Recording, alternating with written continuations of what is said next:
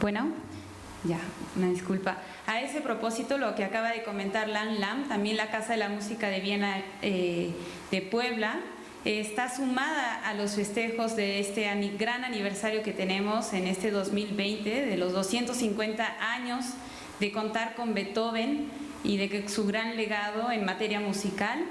Y quiero presentarles, porque tenemos en esta tarde también la presencia de Simon Posch, el director de la Casa de la Música de Viena en Viena, nuestro museo hermano. Simon, si gustas acompañarnos.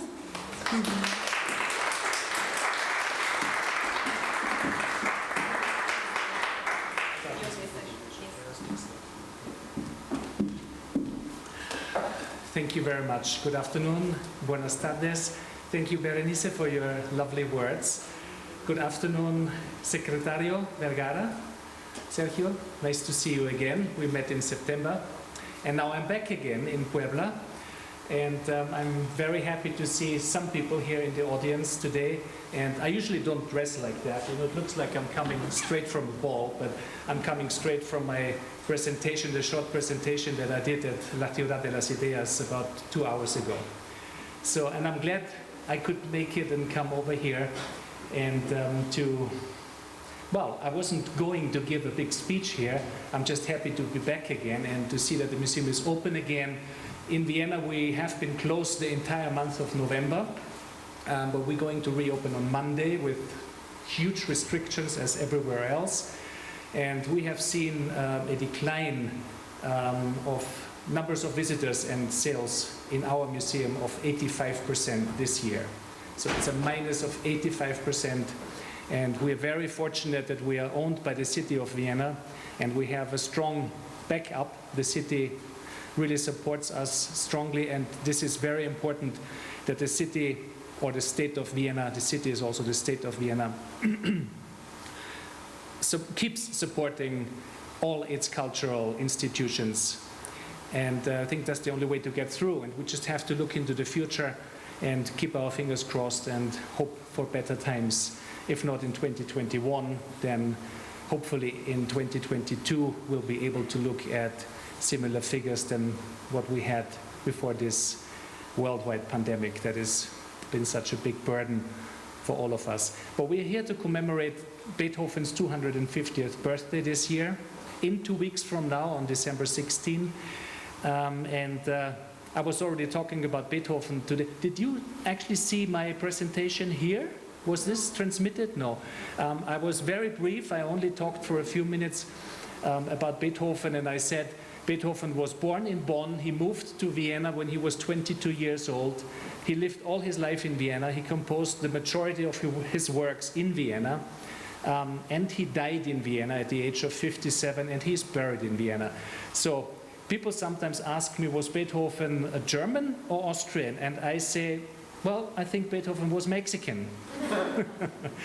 And he's just as much Mexican as he is South African, Chinese or French. He was a true cosmopolitan, and his music is for the entire world. So his nationality, in fact, is irrelevant. That's one of the messages I was trying to get across, the universal power of music, and that we should never forget about the power of music and what music does to us human beings, because music is in our genes. It's engraved in us, and we as human beings, as sapiens, have been making music for the last 40,000 years, so it has to be part of us. There's no other way. And this music, any music, songs, pieces, whatever, accompany us throughout our entire lives. We always connect certain events in our lives, good and bad moments in our life, with a piece of music. Music that carried us through hard times, that brought us joy. And this is the power of music. And I think we should never forget, we should always cherish and should keep believing into this universal power of music for all of us and for the sake of humanity. Have a lovely afternoon. Thank you, Berenice. Thank you, Sergio Vergara. Thank you.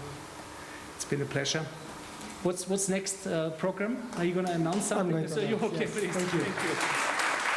Gracias. Muchas gracias a Simón. Es un gran privilegio tenerlo con nosotros. No hicimos la traducción simultánea, pero con sus palabras y con su energía y con su cuerpo nos transmitió mucho. Me quedo con una reflexión que nos decía que en Viena tuvieron que cerrar la Casa de la Música por todo el mes de noviembre y que en lo que va del año perdieron el 85% de sus visitas.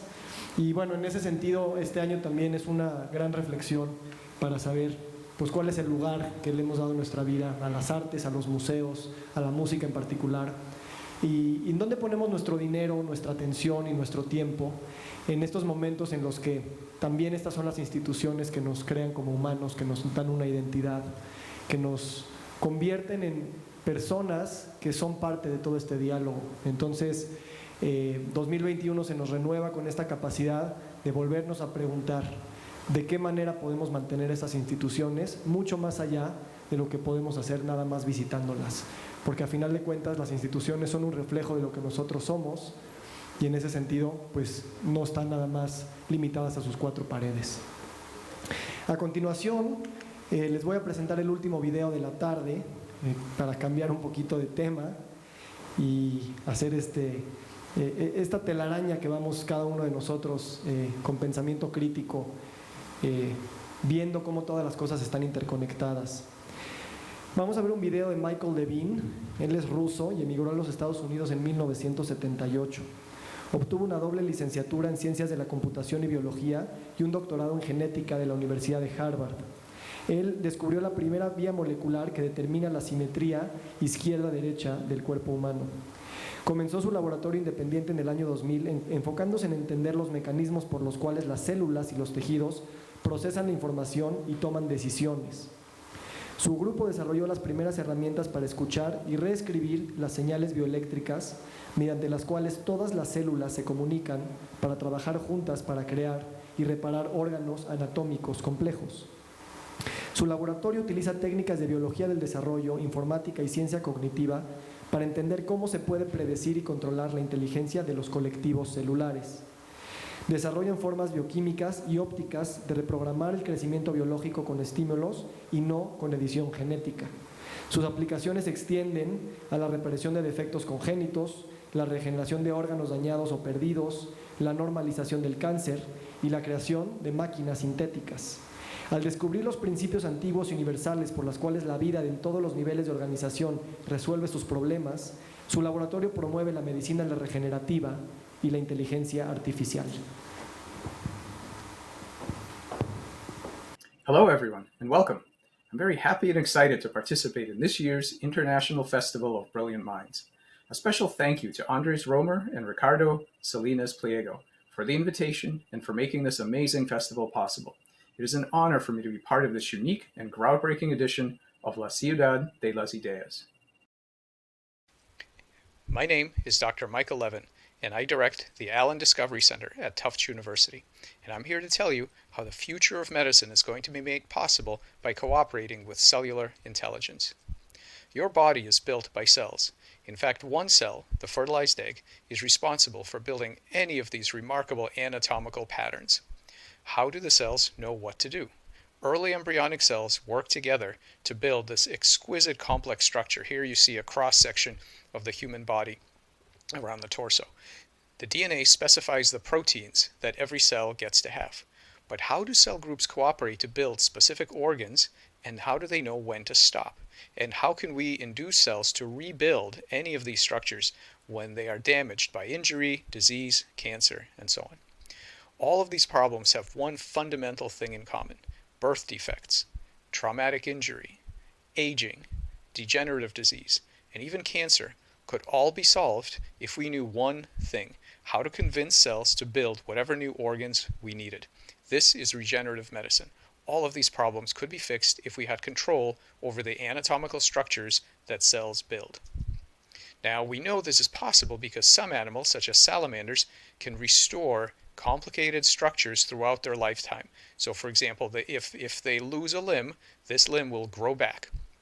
The salamanders can grow back their eyes, their jaws, their hearts, portions of their brain, and ovaries. And throughout adulthood, they restore perfect copies of the original. So we know this is possible. Now, we don't have any modern technology that can do this. If we send a complex robot into a far-off environment, such as this Mars rover, and it loses a portion of its structure, it doesn't come back. So we don't have any technology that is as good as the biology that we see around us. Here at the Allen Discovery Center at Tufts University, we are learning to understand collective decision-making by cells, and we're finding ways to control biological growth and form to develop new biomedical treatments. Now, I want to introduce you to a kind of animal called planaria, and these are really the champions of regeneration.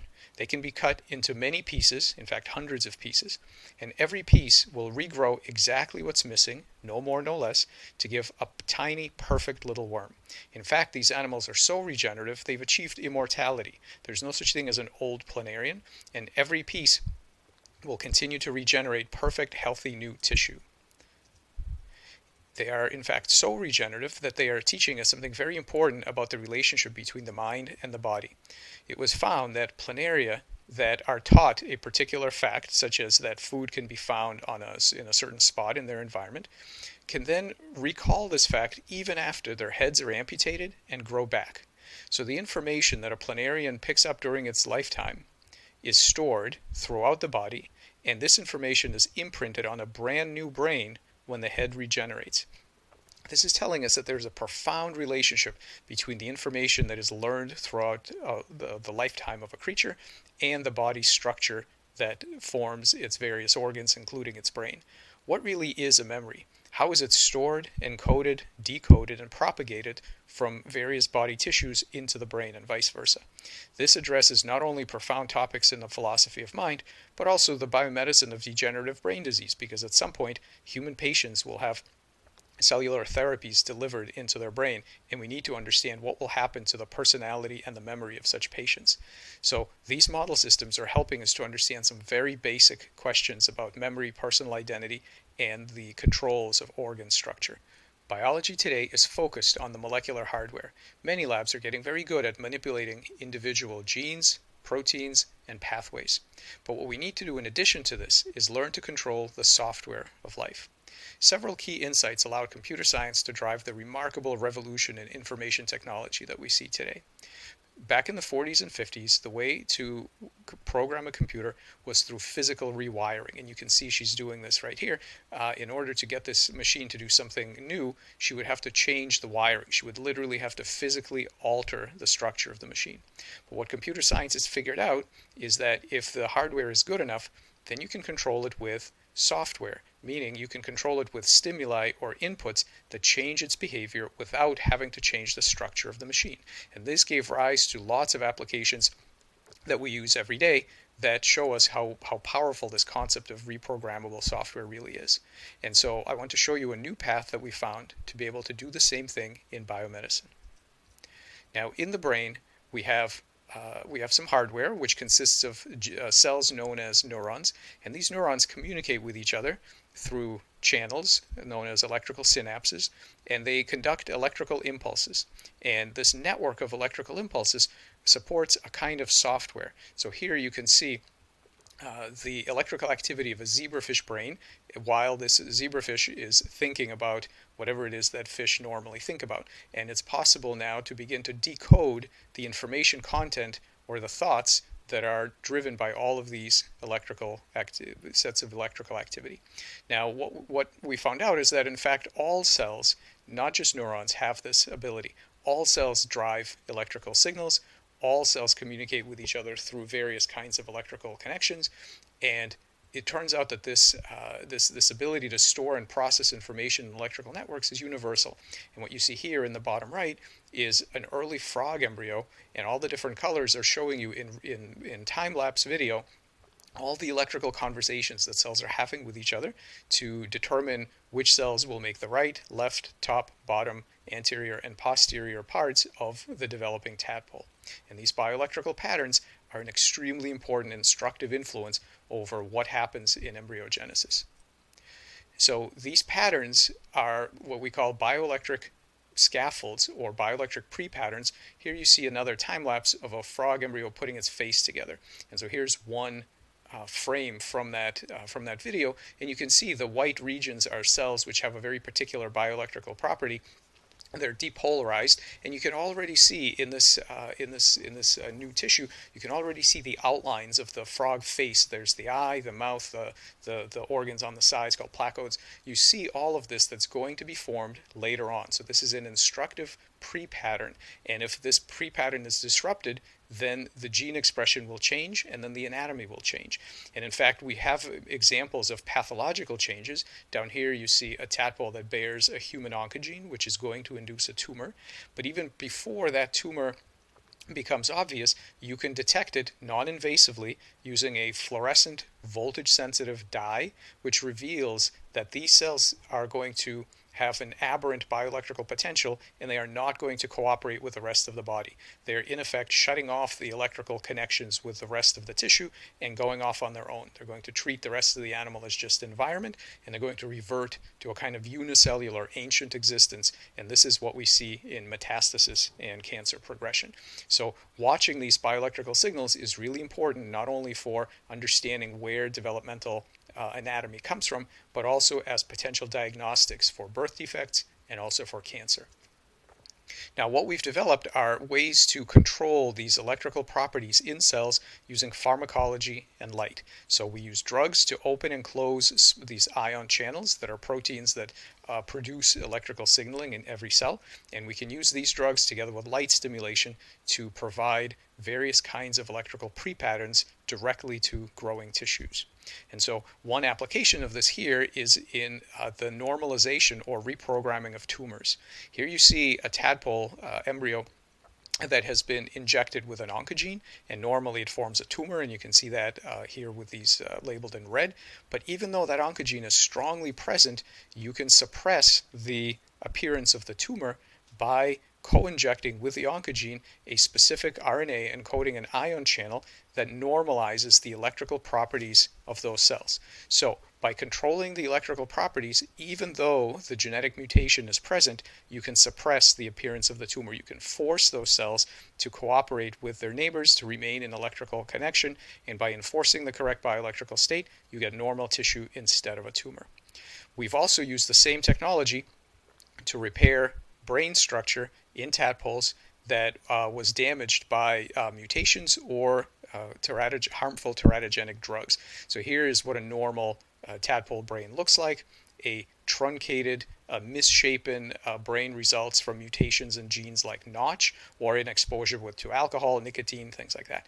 And what we found is that by manipulating the native ion channels in a very particular way using drugs, in fact drugs that are already approved for human use, we can restore the bioelectric pattern that is appropriate for telling these tissues how big and what shape a brain they need to have. And in fact, then the correct brain is built. And these tadpoles have not only the normal shape of brain, but they have normal gene expression, and they even have normal IQs. So we now have a computational system, a set of programs that allow us to find the correct drugs to induce an appropriate bioelectric state to repair some very drastic craniofacial defects. And in fact, what we also discovered is that tissues have anatomical memory. So here's a planarian, and normally when you cut a planarian into pieces, they give rise, every piece gives rise to a normal flatworm, one head, one tail. Now we can perturb briefly this bioelectric circuit after cutting and confuse the piece about how many heads it's supposed to have. In fact, we can reset that bioelectric pattern to dictate having 2 heads. And in fact, the middle piece here has grown, you can see that here, has grown 2 heads. But the most amazing thing is that if you then again take the middle piece out of that worm and culture it again in plain water with no more manipulation of any kind and simply let it regenerate, it will once again make a 2-headed animal, despite the fact that it has a normal genome, a normal genomic sequence that we have not edited. And so in perpetuity, as far as we can tell forever, every time you cut these worms, you get a 2-headed animal. So think about what this means. The pattern to which these cells build after damage can be rewritten, can be bioelectrically respecified towards 2 heads, and in fact now we can set it back to normal as well, in a way that only changes the information stored in this electrical circuit. The DNA is completely normal. We have not changed the genomic sequence of this animal. So we have now found that some information is present in the physiological circuit that is not directly in the genome, and this physiological circuit can store information that is changeable by us. In fact, not only can you ask these worms to make a second head, if you perturb the bioelectric network, you can also get them to build heads that are appropriate to other species of worms. So here you see a normal Dugisia doratocephala with a nice triangular head. By disrupting that bioelectrical gradient, you can make their fragments regenerate flat heads like a Piphalina or round heads like an S. mediterranea. And not only the external shape of the head changes, but also here in green that you can see the shape of the brain becomes like these other species, and the distribution of their stem cells, which you can see with the red dots, are also changed to be just like these other species.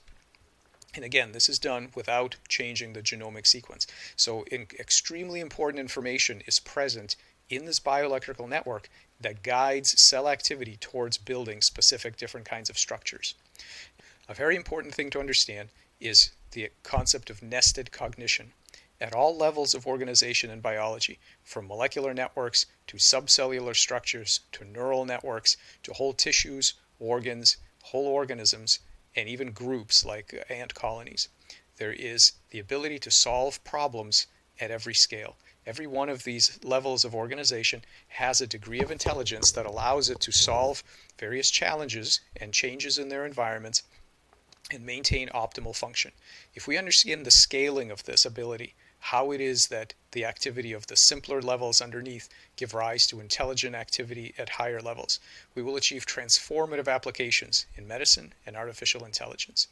The idea is not simply to understand the mechanisms by which these things happen, but to understand the information, how every layer of the system is able to produce more complex, intelligent responses and robustness at higher levels. This will not only allow us to have much better control over organogenesis for regenerative medicine, but also we can use this kind of information to develop new ways of achieving artificial intelligence. In summary, all cells communicate electrically to form networks that make decisions about growth and form. By reprogramming this physiological software, we can unlock the promises of regenerative medicine. We can go beyond genomic editing of the hardware of life to provide definitive solutions to injury, aging, and cancer by learning to convince cells to build whatever we want them to build. I want to thank the postdocs, collaborators, and students that have contributed to the work that I've shown you today. And of course, I want to thank my funders who support our research. And I thank you for listening.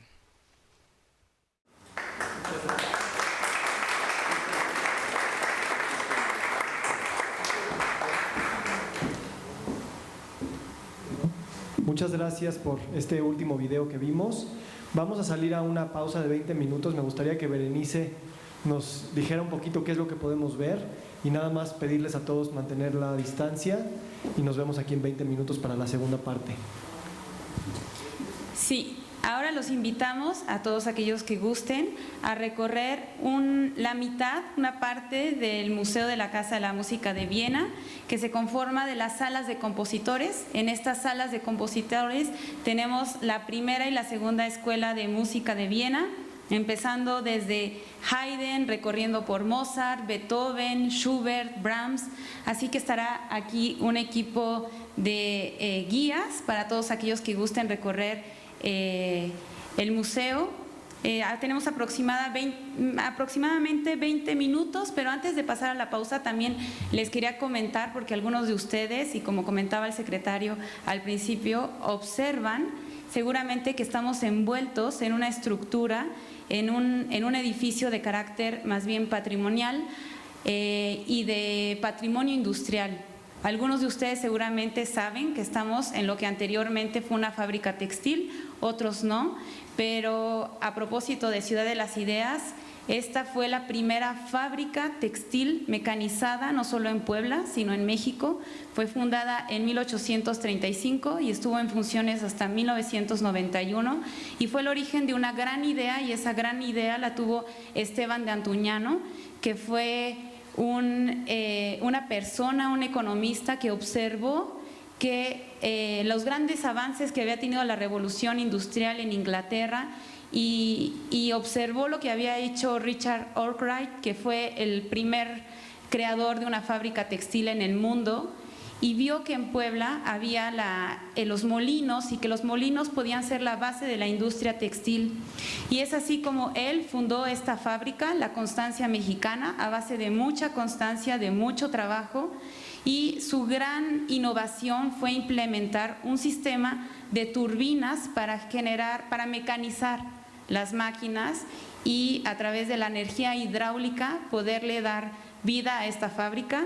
Si ahora levantan la pantalla, van a poder observar una de las 3 turbinas que tenemos en este gran complejo museístico y que hace parte de las reminiscencias de un patrimonio industrial importante en Puebla. Así que bienvenidos a La Constancia, y los que gusten recorrer los museos están cordialmente invitados. Muchas gracias.